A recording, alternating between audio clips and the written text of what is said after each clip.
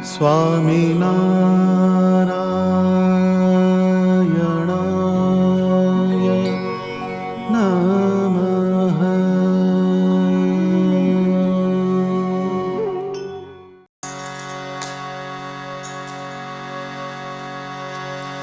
સ્વામિનારાયણ સ્વામિનારાયણ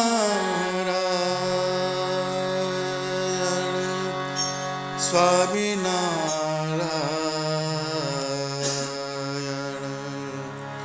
સ્વામિનારાયણ સ્વામિનારાયણ સ્વામિનારાયણ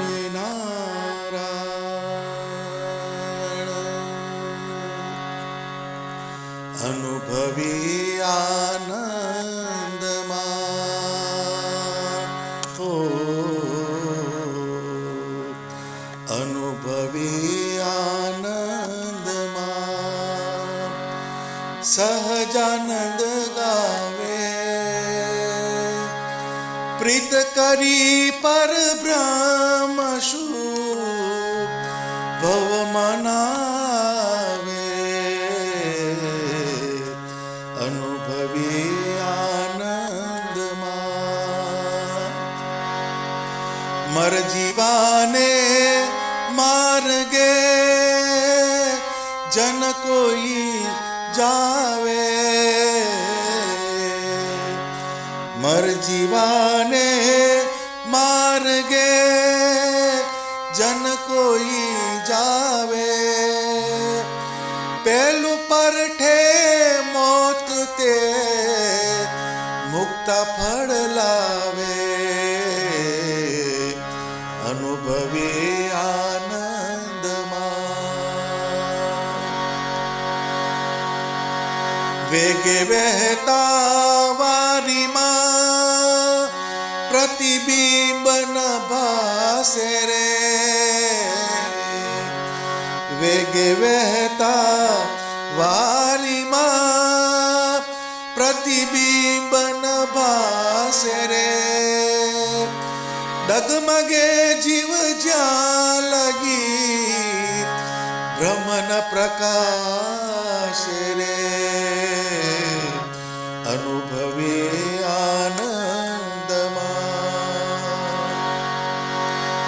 કાયા માયા કૂડ છે જેમ ધોમ છાયા, કાયા માયા કૂડ છે જેમ ધોમ છાયા, મુક્તાનંદ ગુરુમુખીમાં પદ સમાયા રે, અનુભવી આનંદમાં સહજાનંદ ગાવે, પ્રીત કરી પર બ્રહ્મ શું ભવ મનાવે, અનુભવી આનંદમાં અનુભવી આનંદમાં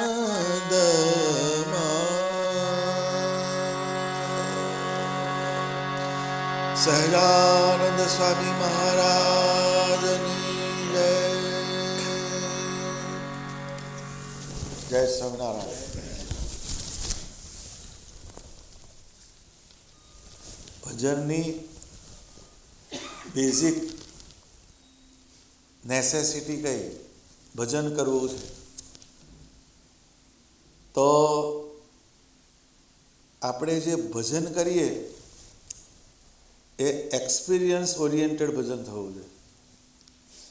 ભજન આપણે કરીએ છીએ પણ એનો શું પ્રભાવ એ બહુ અગત્યની વાત. સ્વામીનું આ પદ અનુભવથી શરૂ થાય છે. અનુભવી. અનુભવ એટલે શું?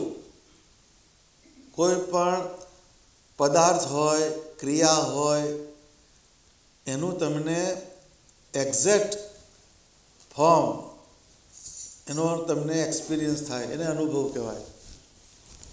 દાખલા તરીકે દૂધ છે, દૂધ એનો અનુભવ કરવો હોય તો આંખથી ધોળું છે, આંખથી જોયું ધોળું, એને આંગળી બોળો એટલે ગરમ છે કે ઠંડુ બતાવે. સૂંઘો એટલે આ બગડી ગયેલું છે કેવું છે, દૂધ બગડી ગયેલું તરત બતાવે. જીભ ઉપર મૂકો એટલે ગળ્યું છે કે મોડું. જો દૂધને 4 લેવલે તમે એને પસાર થાય તો દૂધનો સાક્ષાત્કાર તમને થાય. તો પરમાત્માનો જ્યારે સાક્ષાત્કાર કરવો હોય તો એમાં કેટલી બધી વસ્તુની જરૂર પડે. તો એ અનુભવ શબ્દ જે છે એ ભજન કરવા જઈએ ત્યારે અનુભવલક્ષી ભજન થવું જોઈએ. ભજન થાય છે ખરું, પણ એનાથી આપણામાં શું ચેન્જીસ આવ્યા એ નથી, એનો રેકોર્ડ નથી આપણી પાસે. એટલે ભગવાને વચનામૃતમાં એક વાત લખી કે જ્યારે એમ કે જ્યારથી આપણે સત્સંગ થયો ત્યારથી નામું લખવું એમ કીધું. નામાનું વચનામૃત છે. જેમ પેલો કોઈ બિઝનેસમેન હોય એ ટ્રાન્ઝેક્શન કરે એટલે રોજના કેટલો વકરો થયો, કેટલી ઉઘરાણી બાકી છે, કેટલો નફો તોટો, એનું સર્વેયું મારે, અઠવાડિયે કાઢી લે. વીકલી રિપોર્ટ કહે છે એને.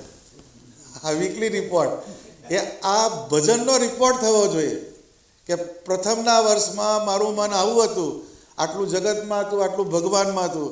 પછી ભજન કરતો થયો ત્યારે આટલું રિડ્યુસ થયું ને આટલું વધ્યું. ઘણાને એવું ને એવું જ હોય છે, ભજન કરે તોય ને ઘણાને વધે, પાછું ભજન કરે તોય વધે. એટલે આ રેશિયો એનો એક અંદરથી હિસાબ, એ હિસાબ કરો તો જ તમને અનુભવના માર્ગે જવાય. એ અનુભવી સ્વામિનારાયણ ભગવાન એ જીવુબાએ એ વચનામૃત વાંચ્યું છે, રાજબાઈએ એ વચનામૃત વાંચ્યું છે, આપણે એ વચનામૃત વાંચીએ છીએ. પણ રાજબાઈએ પરણાપતિનો ત્યાગ કર્યો. કેમ કર્યો? કે એને અનુભવ થયો કે સ્વામિનારાયણ ભગવાન એનો આકાર, એનો એમને અનુભવ થયો.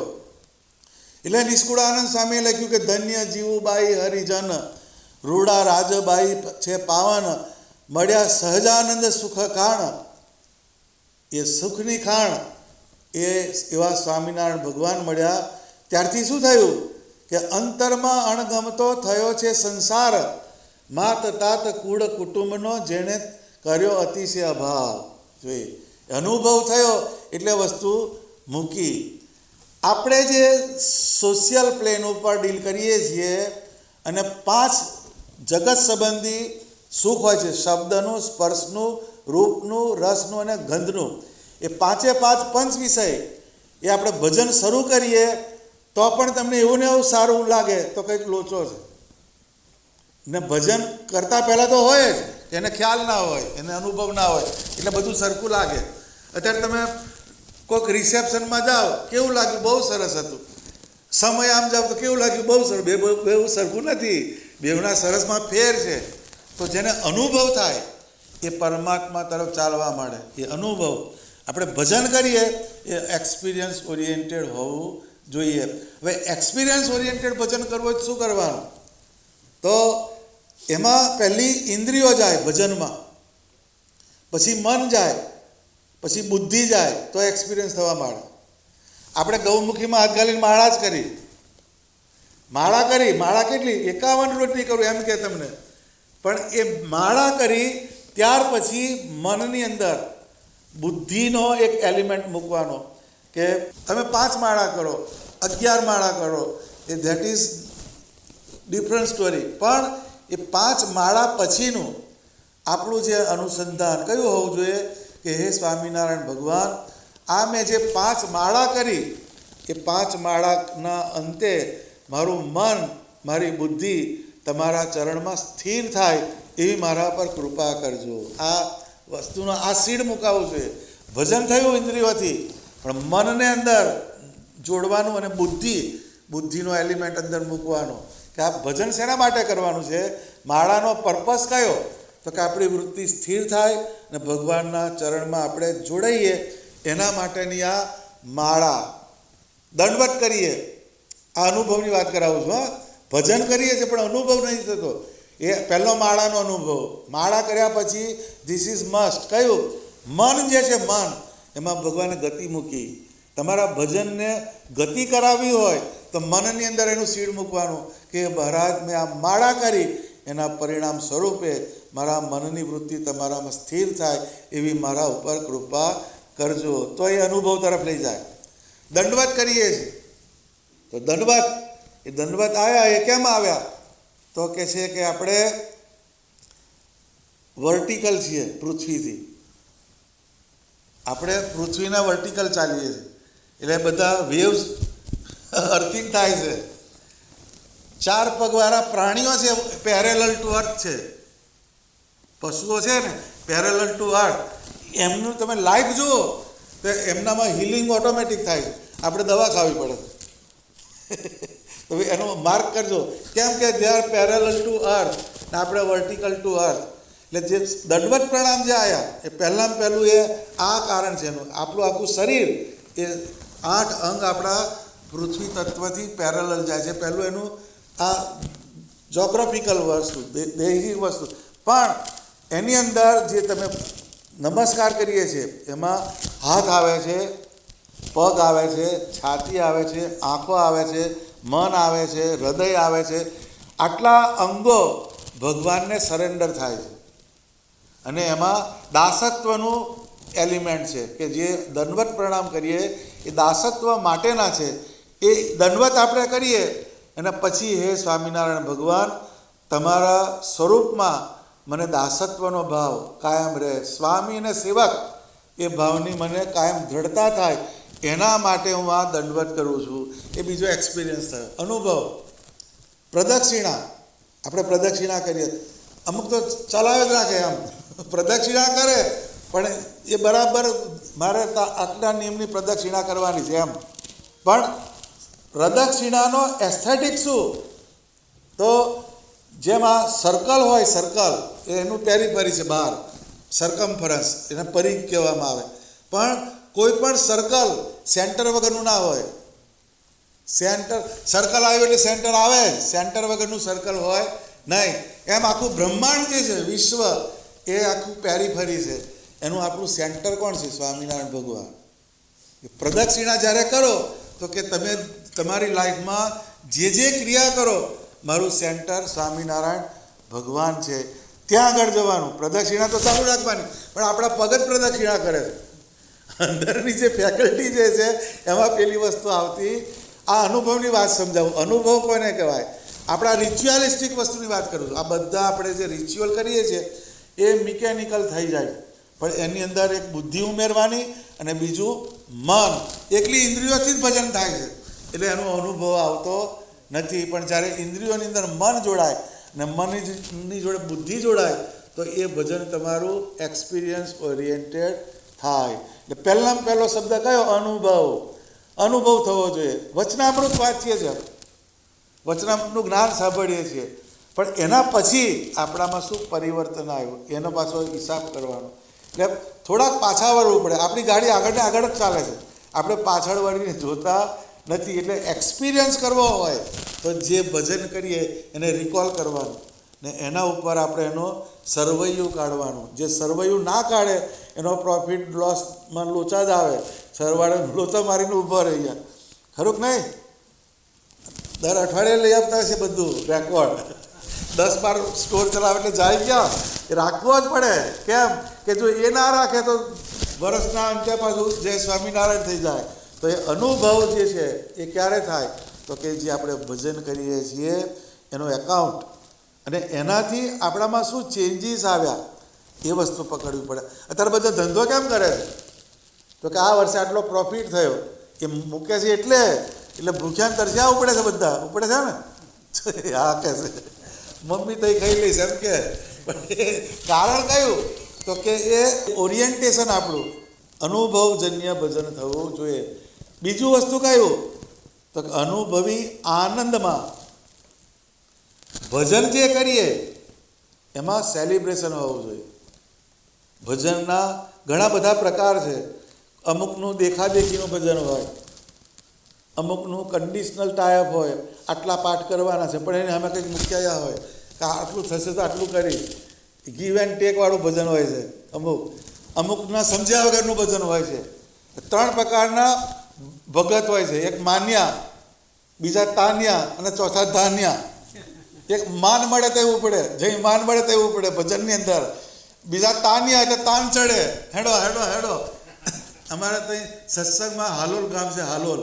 એટલે એમને હું બધાને કહું હાલોલ એટલે હાલ હાલ હાલ, જય હોય તે હાલ હાલ કહે છે. ને પછી લોલ, લોલે લોલ છે હારા તમારા બેવના આ ભેગું કરે. એટલે એ તાન્યા કહેવાય, તાન ચડ્યું એટલે ઉપડ્યા. પછી પાછો હતો એવો ને એવો, એ તાન જ કહેવાય. એટલે બીજા ધાન્યા, અહીં ખાવાનું સારું મળે છે, અહીં રસોઈ બહુ સરસ છે. પાછો થાળ આપ્યો હોય તો પાછો ઘેર આવીને દાળ ભૂજ એવી હતી, એવું પાછું ઓડિટ કાઢીને આવે. એટલે એણે જે કર્યું એનું એને ઓરિએન્ટેશન આવે નહીં. એટલે એ જે ભજન જે કરવાનું એ કહ્યું કે આનંદ ઓરિએન્ટેડ હોવું જોઈએ. આનંદ, આપણે માળા કરવા જઈએ તો લેસન કરવા જતા હોય એવા જાય ચડતા, મારે હજુ આટલી માળા બાકી છે એમ સમજાય છે.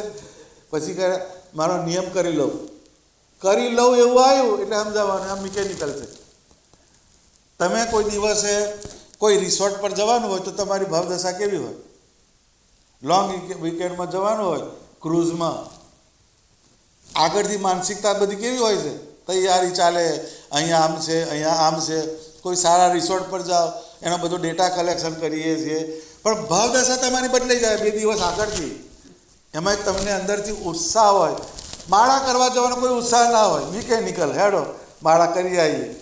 એટલે આપણું જે ભજન છે એક્સપિરિયન્સ ઓરિએન્ટેડ કેમ નથી થતું? તો એની ભાવદશા એ બહુ એટલે ભજનનો જે એલિમેન્ટ છે એમાં પહેલો અનુભવ એટલે આ સ્વામિનારાયણ ભગવાન જે છે એ મૂર્તિમાન, આ મૂર્તિની અંદર બિરાજમાન છે. એ પરમાત્માનું હું ભજન કરવા જાઉં છું. અત્યારે તમને કોઈ પણ માણસ, કોઈ એમ કે લીકરનો ધંધો કરતો હોય તો એને કંઈ બોટલમાં પૈસા નથી, પણ બોટલ વેચવું જ પૈસા આવશે. એની અંદર ફિટ કરેલું છે, અહીંયાથી આટલું મોટું સેલિંગ કરીશ તો મારી બધી નીડ્સ છે એ પૂરી થશે, એટલે થઈ જાય છે. એમ પરમાત્મા જે છે એનું ભજન કરીશ તો મારા તનની, મનની ને આત્માની એ બધી શુદ્ધિ થશે ને મને આનંદની પ્રાપ્તિ થશે. એ આનંદનું બીજ મૂકીને ભગવાનનું ભજન કરવાનું. પેલું મિકેનિકલ નહીં, માળા કરી લઈએ, ચેષ્ટા બોલી નાખીએ, હાલો ચેષ્ટા કરી નાખીએ એમ કે ચડતા. એ કરી નાખવાની વસ્તુ નથી, એ અંદરથી રિયલાઇઝ કરવાની વસ્તુ છે. It is something divine. એની અંદરથી સુખની પ્રાપ્તિ થાય, શાંતિની પ્રાપ્તિ થાય. એ વાત કે છે અનુભવી આનંદમાં સહજાનંદ ગાવે, પ્રીત કરી પરબ્રહ્મ શું ભવમાં ના આવે. એટલે એ જે પરમાત્માના આકારમાં તમે પ્રીતિ કરી એટલે તમારે ફરી અગેન રીબોર્ન થવું પડે નહીં. જન્મ અને મરણ એના ચક્કરમાંથી છોડાવનારું ભગવાનનું ભજન છે. એટલા માટે ભગવાનનું ભજન આનંદથી કરવાનું. અનુભવી આનંદમાં સહજાનંદ ગાવે, પ્રીત કરી પરબ્રહ્મ શું ભવમાં ના આવે. જન્મ મરણના સંસ્કૃતિમાંથી છોડાવનારું આ ભજન છે. એટલા માટે આ ભજન કરવાનું. જેમ તમને પરમેનન્ટ જોબ મળે તો બધા પરમેનન્ટ શોધે છે, પરમેનન્ટ જોબ. લે ઓફ વાળી અને અંદર લે ઓફ વધારે આવે છે એ કંપની ના એપ્લાય કરે, પણ પરમેનન્ટ ક્યાં છે? એમ શાશ્વત સુખ ક્યાં સમાયેલું છે? તો એક પરમાત્માના આકારની અંદર. બીજે સુખ આવે ને જાય, બીજી બધી જગ્યાએ સુખ આવે ને જાય, બધું સરખું ના આવે. અત્યારે તમારે જમવાનું તમે જમો, બધા દિવસ દાળ સરખી ના હોય, એનો ટેસ્ટ ફરવા માંડે, એમાં બધું બદલાય. પણ ભગવાનનું ભજન છે એમાં બધી વસ્તુ એક જ સરખી હોય. એટલે એ તમને એટર્નિટી તરફ લઈ જનારું ભજન છે. એટલે જન્મ ને મરણ એમાંથી છોડાવનારું સ્વામિનારાયણ ભગવાનનું ભજન છે. એ ભજનને અનુભવજન્ય બનાવવાનું અને આનંદથી કરવાનું. સહજાનંદ સ્વામી મહારાજની જય.